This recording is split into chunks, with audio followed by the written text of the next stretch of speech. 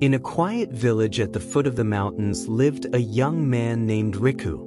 He was known for his sharp mind and confidence. From a young age, Riku read countless books, memorized the words of wise men, and debated with anyone who would listen. People often came to him for advice, and he enjoyed giving it.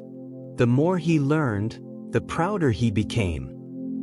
He believed he understood the secrets of life and the ways of the world. Yet despite all his knowledge, he felt a strange emptiness inside, a silence he could not fill.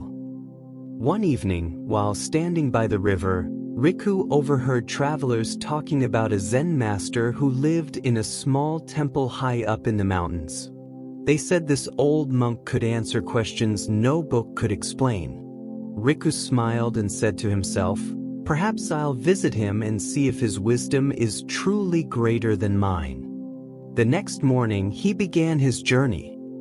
The path up the mountain was steep and covered in mist. Along the way, he met other travelers who walked silently with calm faces, but Riku could not stay quiet. He spoke of the nature of enlightenment, of meditation, of truth. The others only smiled and kept walking. Riku did not understand their silence. After 3 days of climbing, he reached a small wooden monastery hidden among tall cedars. The air was still, the sound of wind soft, and on the veranda sat an old monk pouring tea. His eyes were calm, like the surface of a still lake. Riku bowed quickly and spoke with pride. "Master, I've come to learn from you. I've studied many scriptures and understand the nature of emptiness and compassion, yet something still feels missing. Please teach me the way to enlightenment." The master said nothing. He gestured for Riku to sit, then began to pour tea. The warm aroma filled the air. He poured until the cup was full, and then he kept pouring. The tea rose to the brim and spilled over onto the floor. Riku was alarmed. "Master, stop. The cup is full. It's overflowing." The old monk set the pot down and said gently, "And so are you. You have come to me with your cup already full of opinions, conclusions, and pride. How can I pour anything into a cup that is already full?" Riku froze.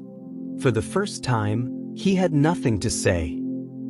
The master continued softly, "To learn, you must first empty yourself. To be filled, you must be willing to be hollow.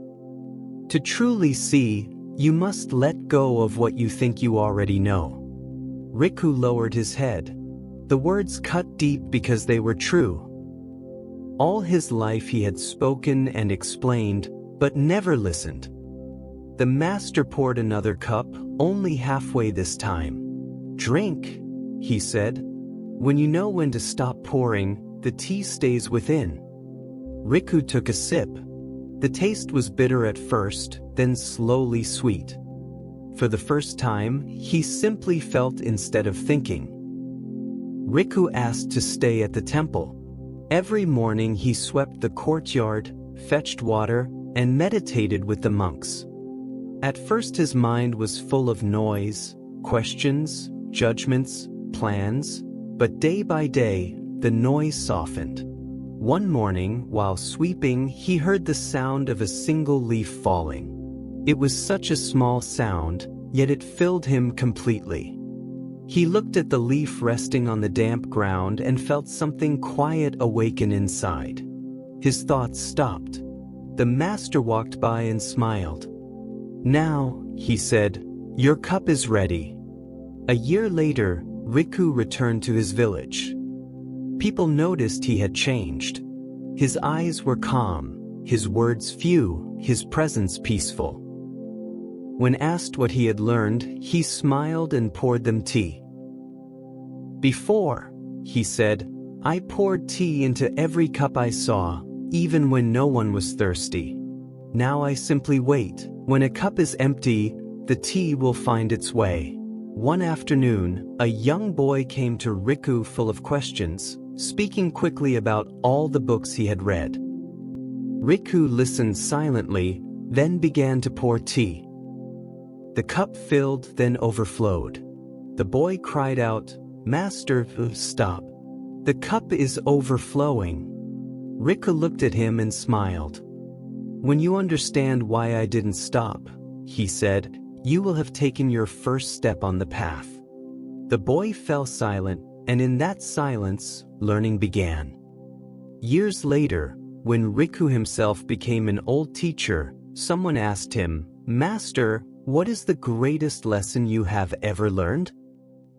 He replied, "To unlearn what I thought I knew."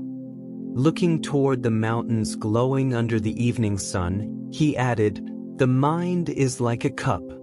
When full it can only spill, but when empty, it can reflect the sky.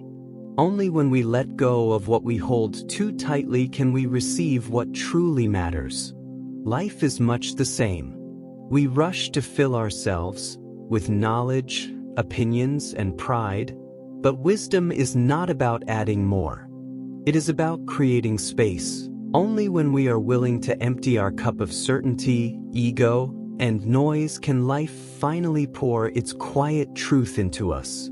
If you like this story, hit like, share it, and subscribe to Think Bright.